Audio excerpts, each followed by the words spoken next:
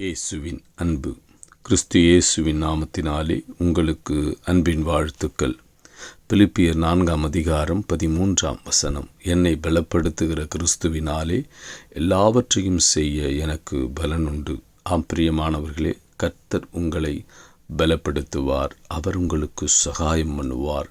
ஒருவேளை உங்கள் இருதயத்தில் நினச்சிருக்கலாம், ஆண்டவரே, நான் ஒரு பலவீனமான ஆண்டவரே, நான் ஞானமற்றவன் ஆண்டவரே, என்னால் என்ன முடியும், நான் எங்கே எது மேற்கொண்டாலும் நான் தோற்று போகிறேன் ஆண்டவரே, யாரையும் என்னிடத்தில் நான் மேற்கொள்ள முடியவில்லை என்று இருதயத்தில் நீங்கள் சொல்லி கொண்டிருக்கலாம். ஆனால் கர்த்தர் சொல்கிறாரு, உன் பலவீனத்திலே என் பலனை பூரணப்படுத்துவேன் என்று கர்த்தர் சொல்கிறார். எப்பெல்லாம் என் இருதயத்தில் சோர்வுகள் வருகிறதோ அப்பொழுதெல்லாம் இந்த வசனத்தை நான் நினைத்து கொள்ளுவேன்.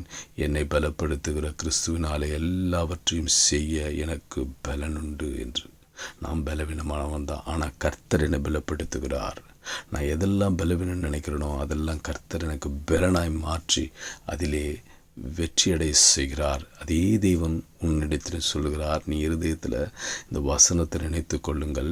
என்னை பலப்படுத்துகிற கிறிஸ்துவினாலே எல்லாவற்றையும் செய்ய எனக்கு பலனுண்டு.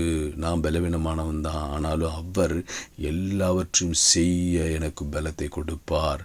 அவர் காண்டாமிருகத்துக்கு ஒத்த பலனை உனக்கு கட்டளிடுவார், ஞானத்தை உனக்கு கட்டளிடுவார். நீ எதெல்லாம் ஞானம் குறைவு, பலன் குறைவு என்று எண்ணுகிறாயோ அவைகளில் எல்லாம் உனக்கு பலத்தை கொடுத்து உன்னை வெற்றியடைய செய்ய கர்த்தராலே ஆகும். அவர் செய்வார். நீ விசுவாசித்தால் நீ தேவ மகிமையை காண்பாய். ஆமென்.